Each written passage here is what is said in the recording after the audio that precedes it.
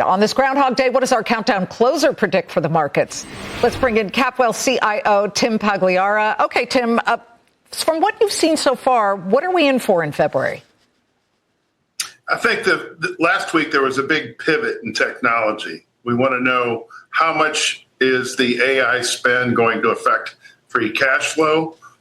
How much is it going to take? How much capital is going to be necessary to finish these build outs? And then what kind of return are companies going to get once they have the build out finished? And they're rewarding the companies that are increasing free cash flow and have the capital necessary to do the job. It feels like with Lumen Technologies and Corning, you're pretty much going with the picks and shovels versus the hyperscalers.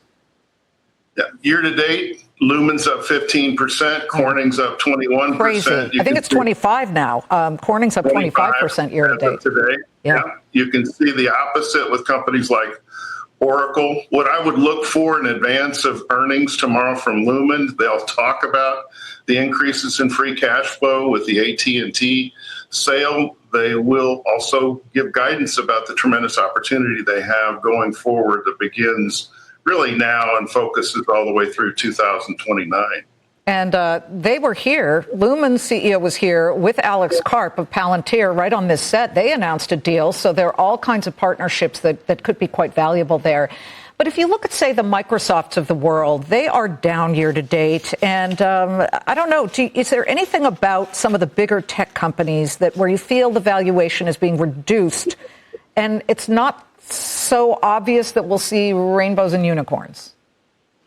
Absolutely. And you are seeing that in the valuations being compressed because there is no clear path towards the end of this AI spend and the impact on capital. Again, using Oracle as an example, they just announced today their plans to raise $50 billion in capital, half of it from equity, half of it from debt.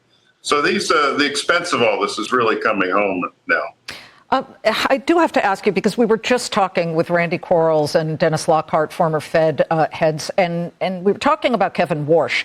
We saw an absolute collapse in gold and silver on Friday. A little bit of a comeback for silver earlier today, but do you think, was that caused? Is it fair to say that Kevin Warsh's nomination causes something like that? I believe it is, and I believe that Kevin Warsh's nomination proved to the world that the Fed's still going to have a measure of independence. He is an insider, so to speak. He's got a lot of experience, and he's going to bring new and innovative approach towards some of the problems that we've all recognized with the Fed in the last 5 years from the pandemic. Tim, thanks very much for your prediction.